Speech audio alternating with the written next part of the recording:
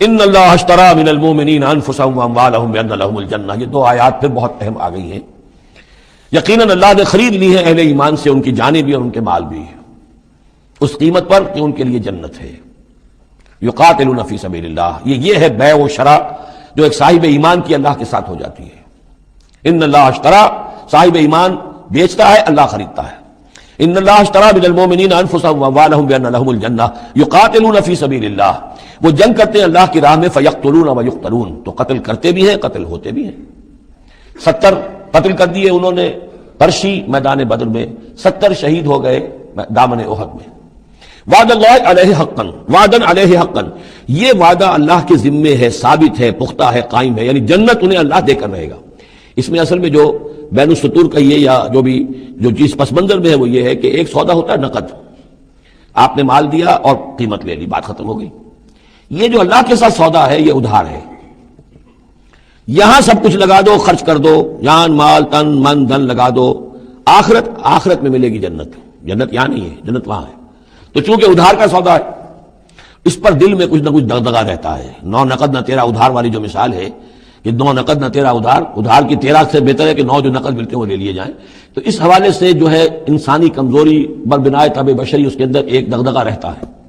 اس کو اب کس زور کے ساتھ اس کی نفی کی جا رہی۔ وعدن علیہ حقا، کوئی شک نہ کرو یہ وعدہ ہے اس کے ذمے حق ثابت، فی التوراۃ والانجیل والقرآن،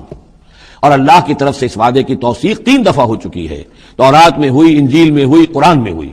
ومن اوفی بعہدہ من اللہ، اور اللہ سے بڑھ کر اپنے عہد کا وفا کرنے والا کون ہوگا؟ فاستبشروا ببیعکم الذی بایعتم بہ، پس خوشیاں مناؤ، جشن مناؤ اس بیع پر جو تم نے کی ہے۔ اب یہاں ایک لفظ اور آ گیا، بایعتم بہ، آپس میں جو سودا کیا ہے، مبایعت باب مفاعلہ، با یبیع بیچنا، یہ ثلاثی مجرد ہے، اور یہ جو ہے بیعت بنتی ہے بایع یبایع، آپس میں کوئی سودا کر لینا۔ تو فاستبشروا ببیعکم الذی بایعتم بہ، بس خوشیاں مناؤ اس بیع پر جس کا سودا تم نے اپنے اللہ سے کیا ہے۔ یہیں سے لفظ بیعت نکلا ہے۔ بیعت کیا ہے؟ ایک بندہ اللہ کے حوالے کرتا ہے اپنے آپ کو، لیکن چونکہ اللہ تعالیٰ تو سامنے خود موجود نہیں ہے، اس وقت اللہ کے رسول تھے، تو بیعت ہو رہی ہے اصل میں تو اللہ سے، بیع اللہ سے ہے اور بیعت رسول اللہ سے ہو رہی ہے صلی اللہ علیہ وسلم۔ دست مبارک اللہ کا نہیں ہے بلکہ اللہ کے رسول کا ہے۔ البتہ ایک جگہ ہم جا کر دیکھ لیں گے کہ فرمایا گیا کہ ایک تیسرا ہاتھ اور بھی ہے، انویزیبل ہاتھ، غیر مرئی ہاتھ اللہ کا بھی ہے، ید اللہ فوق ایدیہم، اللہ کا ہاتھ ان کے ہاتھوں کے اوپر ہے۔ تو یہ بیع ہے، یہ سودا ہے، یہ ایمان کا لازمی تقاضا ہے۔ ان اللہ اشتری من المؤمنین انفسهم واموالهم بان لهم الجنہ یقاتلون فی سبیل اللہ فیقتلون ویقتلون وعدا علیہ حقا فی التوراۃ والانجیل والقرآن ومن اوفی بعہدہ من اللہ فاستبشروا ببیعکم الذی بایعتم بہ وذلک هو الفوز العظیم۔ اور یہی ہے بہت بڑی کامیابی۔ اللہ تعالی ہم میں سے ہر ایک کو یہ توفیق دے کہ اللہ کے ساتھ یہ بیع و شراء ہم کریں، اللہ کے ساتھ سودا کریں اور اللہ تعالی کے ہاتھ اپنی جانیں اور مال بیچ دیں۔ اب اس کا جو ظہور ہوگا انسانی شخصیت میں وہ کیا ہے؟ یہ آیت بھی بڑی ہی گمبھیر اور بڑی جامع آیت ہے، بہت جامع آیت ہے۔ اس میں 9 الفاظ آئے ہیں، التائبون العابدون الحامدون السائحون الراکعون الساجدون الآمرون بالمعروف والناہون عن المنکر والحافظون لحدود اللہ وبشر المؤمنین۔ توبہ کرنے والے، اللہ کی پرستش اور بندگی کرنے والے، اللہ کی حمد اور تعریف کرنے والے، دنیاوی آسائشوں سے لا تعلق رہنے والے، سائحون پچھلے زمانے میں ہوتا تھا بنواس لینے والے، چلے جانے والے، شہروں کو چھوڑ کر چلے جاتے تھے لوگ جنگلوں کے اندر، لیکن ہمارے ہاں اسلام میں اب سیاحت نہیں رہی ہے، رہبانیت ختم کر دی گئی ہے۔ البتہ روزے داروں پر اطلاق ہوتا ہے، مہاجرین پر، مجاہدین پر جو اللہ کی راہ میں نکلے ہوتے ہیں وہ بھی گویا کہ ان کے مشابہ ہو جاتے۔ لا رہبانیت فی الاسلام الا الصوم، لا رہبانیت فی الاسلام الا الجہاد فی سبیل اللہ۔ الراکعون رکوع کرنے والے، الساجدون سجدہ کرنے والے، اور پھر 3 الفاظ وہ ہیں کہ جو ایک عملی جد و جہد، باقی سارے اوصاف تو اپنے ہیں، ذاتی ہیں، لیکن اس سے جو متعدی ہونا ہے، معاشرے کے ساتھ میں جو معاملہ کرنا ہے، جو بھی اب اس دعوت و تحریک کے لیے جو عمل کرنا ہے، الآمرون بالمعروف نیکی کا حکم دینے والے، والناہون عن المنکر بدی سے روکنے والے، اور سب سے زیادہ جامع لفظ آیا حافظون لحدود اللہ، اللہ کے حدود کی حفاظت کرنے والے، گویا کہ خدائی فوجدار بن کر کھڑے ہو جانے والے کہ یہ اللہ کے حدود ہیں، ہم پامال نہیں کرنے دیں گے، ہم انہیں توڑنے نہیں دیں گے۔ یہ ہے وہ در حقیقت جو منہج انقلاب نبوی کے ضمن میں اس دور میں جو ایک اجتہاد کی ایک ضرورت ہے کہ جو بھی آخری مرحلہ ہوگا جبکہ وہ سارے مراحل طے ہو چکے ہوں تو اس میں نہی عن المنکر بالید، کہ ہم حدود اللہ کو اب نہیں ٹوٹنے دیں گے اور ہم پوری طاقت کے ساتھ حفاظت کریں گے اللہ کی حدود کی، اور جو بھی منکرات ہیں ان کو روکیں گے۔ وبشر المؤمنین، اور اے نبی ان اہل ایمان کو آپ بشارت دے دیجئے، اللہم ربنا اجعلنا منہم۔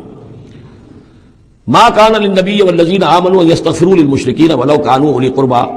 اور یہ نبی کے لیے اور نہ ہی اہل ایمان کے لیے یہ روا ہے کہ وہ استغفار کریں، بخشش چاہیں مشرکین کے لیے، خواہ وہ ان کے قرابت دار ہوں، ولو کانوا اولی قربی من بعد ما تبین لہم، اس کے بعد کہ ان کے لیے یہ بات واضح ہو چکی ہو انہم اصحاب الجحیم، کہ وہ لوگ جہنمی ہیں۔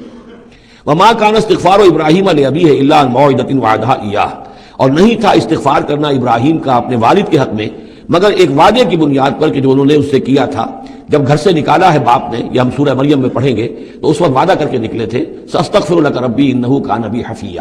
وہ وعدہ نبھاتے رہے، اور وہ نبھاتے اس لیے رہے کہ امید تھی کہ جب تک وہ زندہ تھا باپ کہ شاید اللہ تعالیٰ اس کو ہدایت دے دے اور یہ ایمان پر آ جائے، لیکن جب اس کی موت واقع ہو گئی تو انہوں نے استغفار بند کر دیا، اس لیے کہ اب ثابت ہو گیا کہ وہ در حقیقت کفر کے اوپر اڑا رہا اور موت واقع ہو گئی تو اب تو توبہ کا دروازہ بند ہو چکا۔ فلما تبین له انه عدو للہ، اور جب ان پر یہ بات روشن ہو گئی، واضح ہو گئی کہ وہ تو اللہ کا دشمن ہے، تبرأ منہ، تو ان سے تبری کیا، ان سے اعلان بیزاری کر دیا۔ ان ابراہیم لأواہ حلیم، یقیناً ابراہیم تو بہت نرم دل تھے اور بہت ہی حلیم الطبع تھے۔ وما کان اللہ لیضل قوما بعد اذ ہداہم، اور یہ اللہ کی شان نہیں ہے، اللہ کا یہ طریقہ نہیں ہے کہ وہ کسی قوم کو گمراہ کر دے اس کے بعد کہ انہیں ہدایت دی ہو، حتی یبین لہم ما یتقون، جب تک کہ واضح نہ کر دے جس چیز سے بچنا چاہیے۔ یعنی جب تک یہ آیت قرآن میں نہیں اتری تھی، اگر کسی مسلمان نے اپنے کسی مشرک باپ یا ماں کے لیے دعا کی ہے تو اللہ نے اس کے لیے معافی کا اعلان کر دیا کہ چونکہ اس بات سے ابھی تک تمہیں آگاہ نہیں کیا گیا تھا کہ اہل ایمان کے لیے روا نہیں ہے کہ مشرکین کے لیے استغفار کریں، تو تب تک یہ حکم نہیں آ گیا تھا، جو بھی اگر کسی نے کیا ہے تو اللہ تعالیٰ اس پر کوئی باس پرس نہیں کرے گا۔ ما کان اللہ لیضل قوما بعد اذ ہداہم حتی یبین لہم ما یتقون، جب تک کہ واضح نہ کر دیا جائے کہ ان چیزوں سے آپ کو بچنا ہے۔ ان اللہ بکل شیء علیم، یقیناً اللہ تعالیٰ ہر شے کا جاننے والا ہے۔ ان اللہ لہ ملک السماوات والارض، یقیناً اللہ ہی کے لیے ہے آسمان اور زمین کی بادشاہی، یحیی و یمیت، وہی زندہ رکھتا ہے، وہی موت وارد کرتا ہے۔ ما لکم من دون اللہ من ولی ولا نصیر، اور تمہارے لیے کوئی نہیں ہے، کوئی نہ حمایتی اور نہ کوئی مددگار اللہ کے سوا۔ لقد تاب اللہ علی النبی والمہاجرین والانصار، اللہ تعالیٰ مہربان ہوا، شفقت فرمائی اللہ تعالیٰ نے اپنے نبی پر بھی صلی اللہ علیہ وسلم، والمہاجرین اور مہاجرین پر، والانصار اور ان انصار پر، الذین اتبعوہ فی ساعۃ العسرۃ، جنہوں نے ان کا ساتھ دیا، ان کی پیروی کی، ان کا اتباع کیا بڑی مشکل وقت میں۔ یہ اسرہ جو ہے اس کو کہا جاتا ہے تبوک کو جیش الاسرہ، بہت ہی تنگی تھی، راشن کی بہت کمی تھی، بھوک کا معاملہ، قحط کا معاملہ، بہت سخت آزمائش تھی جو اللہ تعالیٰ نے اس وقت مسلمانوں کی ہے، لیکن جن لوگوں نے ساتھ دیا، ثابت قدم رہے، ان کے لیے اب یہ کہ اللہ تعالیٰ کی طرف سے اعلان عام ہو رہا ہے۔ لقد تاب اللہ علی النبی والمہاجرین والانصار الذین اتبعوہ فی ساعۃ العسرۃ من بعد ما کاد یزیغ قلوب فریق منہم، اس کے بعد کہ ان میں سے ایک گروہ کے دل میں کچھ کجی آنے بھی لگی تھی، بل بنائے طب بشری، کہیں نہ کچھ کمزوری، جیسے کہ غزوہ احد میں بھی بنو حارثہ اور بنو سلمہ کے بارے میں عارضی طور پر تھوڑی سی کمزوری آ گئی تھی۔ ثم تاب علیہم، پھر اللہ تعالیٰ نے ان پر توجہ فرمائی، عنایت فرمائی، انہ بہم رؤوف الرحیم، یقیناً وہ ان کے حق میں بہت مہربان ہے، رحم فرمانے والا۔ وعلی الثلاثۃ الذین خلفوا، اور اب یہ اعلان ہو گیا ان تین کے بارے میں بھی جن کا کہ معاملہ مؤخر کر دیا گیا تھا، اور وہ تین کعب ابن مالک اور ان کے ساتھ اور بھی ہلال ابن امیہ اور مرارہ ابن ربیع رضی اللہ تعالیٰ عنہ اجمعین، یہ تین صحابہ تھے انصاری۔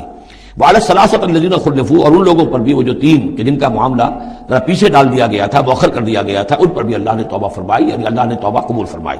حتیٰ اذا ضاقت علیہم الارض بما رحبت، یہاں تک کہ جب زمین ان پر اپنی تمام کشادگی کے باوجود تنگ پڑ گئی، وضاقت علیہم انفسہم، اور ان پر اپنی جانیں جو ہے بھاری ہو گئیں، وظنوا ان لا ملجا من اللہ الا الیہ، اور انہیں یقین ہو گیا کہ اللہ تعالیٰ سے بچ کر جا کر کوئی اور پناہ گاہ ہے ہی نہیں سوائے اس کے کہ اسی کی جناب میں آ کر پناہ لی جائے۔ لا ملجا من اللہ الا الیہ، جیسے یہ کہ کوئی بچے کو اگر ماں مارتی ہے تو بچہ پھر لپکتا ہے ماں کی طرف، لپٹتا ہے ماں سے، جائے کہاں؟ ظاہر بات ہے کہ مار رہی ہے ماں، لیکن وہ پھر لپٹ رہا ہے ماں کے ساتھ۔ اسی طرح لا ملجا من اللہ الا الیہ، اللہ تعالیٰ کی طرف سے اگر کوئی سختی بھی آئے، سزا بھی آئے، تو آخر بھاگے جائیں کہاں؟ اللہ ہی کی جناب میں پھر پناہ لینی ہے۔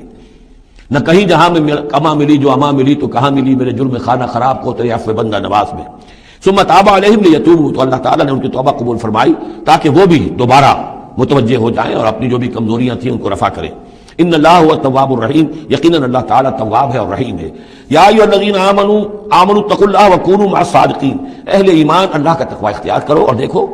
صادقین کی جماعت کے ساتھ جڑے رہو۔ یہ جڑے رہنا جو ہے یہ ہے در حقیقت کسی جماعتی زندگی کے اندر، جیسا کہ ہم نے اس سے پہلے پڑھا تھا سورہ انعام میں، لہ اصحاب یدعونہ الی الہدی ائتنا، اگر کسی کے کچھ ساتھی ہوں، کسی وقت کسی کا پاؤں گر گیا، پھسل گیا، تو کوئی اور ساتھی سہارا دینے والا ہو، ہاتھ پکڑنے والا ہو، کسی کی کسی وقت ہمت جو جواب دے رہی ہے تو دوسرا جو ہے اس کی ہمت بنانے والا ہو، اجتماعی زندگی جو برکتیں ہیں. یا ایھا الذین آمنوا اتقوا اللہ وکونوا مع الصادقین، اور سچے لوگوں کی معیت اختیار کرو. ما کان لأہل المدینۃ ومن حولهم من الاعراب ان یتخلفوا عن رسول اللہ، یہ بالکل روا نہیں تھا مدینے والوں کے لیے اور نہ ہی جو ان کے ارد گرد تھے بدو لوگ جو آباد تھے کہ وہ پیچھے رہ جاتے رسول کو چھوڑ کر. رسول جا رہے ہیں، تپتی راہیں مجھ کو پکارے، دامن پکڑے چھاؤں گھنیری، وہ تپتی راہوں کی طرف رسول تو جا رہے ہیں اور یہ بیٹھے رہے اپنی ٹھنڈی چھاؤں کے اندر.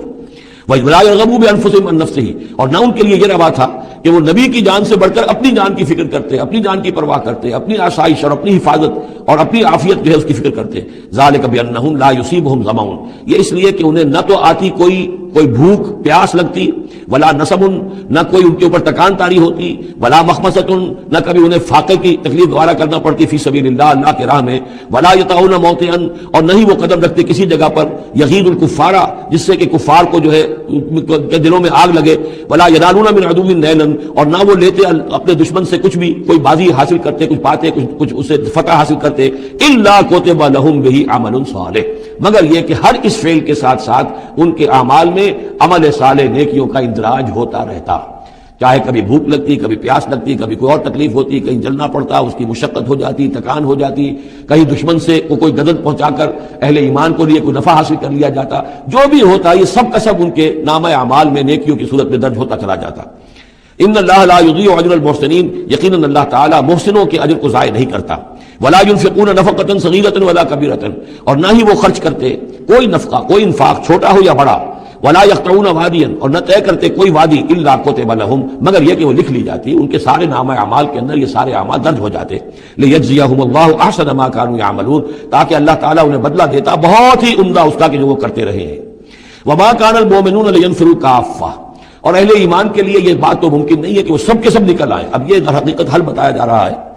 کیونکہ یہ بات سامنے آ چکی ہے کہ جو لوگ بدو ہیں، بادیہ نشین ہیں، وہ کفر میں اور نفاق میں زیادہ سخت ہیں، ان کو حضور کی صحبت سے فائدہ نہیں پہنچ رہا، استفادہ نہیں کر پاتے. اب کیا کیا جائے، اس کا حل کیا ہو؟ یہ تو ممکن نہیں ہے کہ سارے بادیہ نشین آئیں اور مدینے میں آباد ہو جائیں. ما کان المؤمنون لینفروا کافہ، سب کے سب اپنے اپنے علاقوں کو چھوڑیں اور آ جائیں مدینے میں، تو اب کیا شکل ہوگی؟ فلولا نفر من كل فرقة طائفة منهم طائفة، تو کیوں نہ نکلے ہر ایک جماعت میں سے ایک گروہ، ایک حصہ، لیتفقهوا فی الدین، وہ آئیں حضور کی خدمت میں رہیں، تفقہ فی الدین حاصل کریں، دین کا فہم، دین کی سمجھ حاصل کریں. وَلَيُنذِرُوا قَوْمَهُمْ إِذَا رَجَعُوا إِلَيْهِمْ، اور پھر جب جائیں اپنی قوم کی طرف واپس تو اپنی قوم کو بھی خبردار کریں. لَعَلَّهُمْ يَحْذَرُونَ، تاکہ وہ بھی بچیں. یعنی یہ ایک ہدایت کر دی گئی کہ اب تمام لوگ جو ہیں اس طریقے سے نظام بنایا جائے کہ لوگ آیا کریں گروہ در گروہ، اور یہاں مدینے میں حضور کے پاس قیام کریں، ان کی تربیت ہو، تعلیم ہو، ان کو سمجھایا جائے، سکھایا جائے، پڑھایا جائے، پھر وہ جائیں اور اپنے اپنے علاقوں میں جا کے لوگوں کے اندر اسی تعلیم کو عام کریں. یا ایھا الذین آمنوا قاتلوا الذین یلونکم من الکفار، اہل ایمان جنگ کرو ان کافروں سے جو تمہارے ساتھ ملحق ہیں. اصل میں یہ چونکہ اب حضور صلی اللہ علیہ وسلم کی جو دعوت کا بین الاقوامی یا عالمی یا آفاقی دور ہے، اس کا آغاز ہو چکا ہے، اب اس کو بڑھنا ہے. تو یہاں حکم دیا جا رہا ہے جو دارالاسلام کی سرحد یہاں ہے تو جو کافر یہاں بستے ان سے قتال کرو، پھر وہ سرحد آگے چلی جائے گی تو اگلوں کے ساتھ قتال کرو. یہ قتال جاری رہنا ہے تا آ کے پوری دنیا پر اللہ کا دین غالب ہو جائے. جیسے کہ وہ قتال جاری رہا قاتلہم حتی لا تکون فتنۃ ویکون الدین کلہ للہ، جیسے جزیرہ نما عرب کی حد تک قتال کے جاری رکھنے کا حکم تھا کہ جب تک جزیرہ نما عرب سے کفر اور شرک کا خاتمہ نہیں ہو جاتا اور اللہ کا دین وہاں غالب نہیں ہو جاتا، یہ جنگ جاری رہے گی. اب معاملہ یہ ہے کہ حضور صرف عرب کے لیے نہیں بھیجے گئے تھے بلکہ پوری دنیا کے لیے، لہذا اب اس کے لیے یہ اعلان عام ہے، چارٹر ہے، اسی پر عمل کرتے ہوئے فوجیں نکلی ہیں. ورنہ جیسا کہ میں نے کئی مرتبہ عرض کیا ہے، ایرانیوں نے تو کہا بھی تھا کہ ہمارے اوپر کیوں تم چڑھ کر آ گئے ہو، یہ اللہ کا حکم ہے. یا ایھا الذین آمنوا قاتلوا الذین یلونکم من الکفار ولیجدوا فیکم غلظہ، اور چاہیے کہ وہ تمہارے اندر سختی محسوس کریں، نرمی نہ پائیں، سختی محسوس کریں. واعلموا ان اللہ مع المتقین، اور جان لو کہ اللہ تعالیٰ متقیوں کے ساتھ ہے. وَإِذَا مَا أُنزِلَتْ سُورَةٌ فَمِنْهُم مَّن يَقُولُ أَيُّكُمْ زَادَتْهُ هَٰذِهِ ایمانا، اور جب کوئی سورت نازل ہوتی ہے تو وہ کہتے ہیں آپس میں، پھر منافقین کا تذکرہ ہو رہا ہے، بھائی کس کے ایمان میں اضافہ ہو گیا اس سورت سے، استہزاء کے انداز میں، کیونکہ یہ بات کہی گئی ہے جب وہ آیات سنتے ہیں اللہ کی تو ان کے ایمان میں اضافہ ہوتا ہے، تو اب وہ تبصر کرتے تھے. وَإِذَا نَزَلَتْ سُورَةٌ أُنزِلَتْ سُورَةٌ، جب کوئی سورت نازل کی جاتی ہے، فَمِنْهُمْ، تو ان میں سے وہ لوگ بھی ہیں جو کہتے ہیں مَن يَقُولُ أَيُّكُمْ زَادَتْهُ هَٰذِهِ ایمانا، اس سورت کے آنے سے تم میں سے کس کس کے ایمان میں اضافہ ہو گیا.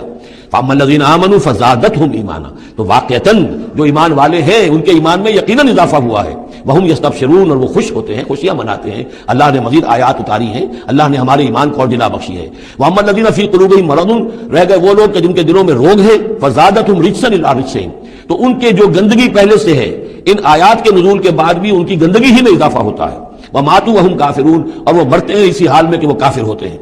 اولا يرون انهم يفترون في كل عام مرة او مرتين، کیا یہ منافق دیکھتے نہیں ہیں کہ ہر سال ان کو آزمایا جا رہا ہے، ایک بار یا دو بار، کوئی نہ کوئی مرحلہ آ جاتا ہے ہر سال، کوئی قتال کا مرحلہ آ گیا، کوئی اور آزمائش آ گئی۔ ثم لا يتوبون ولا هم يذكرون، اس کے باوجود نہ یہ توبہ کرتے ہیں اور نہ ہی نصیحت اخذ کرتے ہیں۔ واذا ما انزلت سورة نظر بعضهم الى بعض، اور جب کوئی سورت نہیں اترتی ہے جس میں قتال کا ذکر بھی ہو جائے تو پھر وہ ایک دوسرے کو دیکھتے ہیں، نظر بعضهم الى بعض، کنکھیوں سے، آنکھوں میں اشارے کرتے ہیں، هل يراكم من احد، تمہیں کوئی دیکھ تو نہیں رہا؟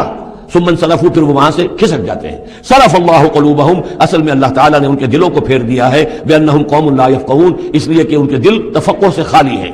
اب یہ جو دو آیتیں ہیں یہ قرآن مجید کی عظیم ترین آیات میں سے ہیں۔ لقد جاءکم رسول من انفسکم، لوگوں دیکھو آ گیا ہے تمہارے پاس ہمارا رسول صلی اللہ علیہ وسلم، تم ہی میں سے ہے، انسان ہے، بنی نوع بشر میں سے ہے۔ عزیز علیہ ما عنتم، اور مسلمانوں جو تم پر کوئی بات مشکل کی ہوتی ہے وہ ان پر بھی بڑی بھاری گزرتی ہے۔ حریص علیکم، تمہارے حق میں بہت حریص ہیں، سارا خیر، ساری خوبیاں، ساری بھلائیاں اللہ تمہیں دے دے۔ بالمؤمنین رؤوف الرحیم، اور اہل ایمان کے حق میں وہ شفیق بھی ہیں، رحیم ہیں، مہربان ہیں۔ فإن تولوا، پھر بھی اگر وہ منہ پھیر لیں، فقل، تو اے نبی کہہ دیجئے، حسبی اللہ، میرے لیے اللہ کافی ہے، لا الہ الا ہو، اس کے سوا کوئی معبود نہیں، علیہ توکل، تو میں نے اس پر توکل کیا ہے، وہو رب العرش العظیم، اور وہ بہت بڑے عرش کا رب ہے، وہ عرش جو اس کا ہمارے تصور کے اندر آ ہی نہیں سکتا، رب العرش العظیم، بڑے عرش والا مالک ہے۔ حی علی الفلاح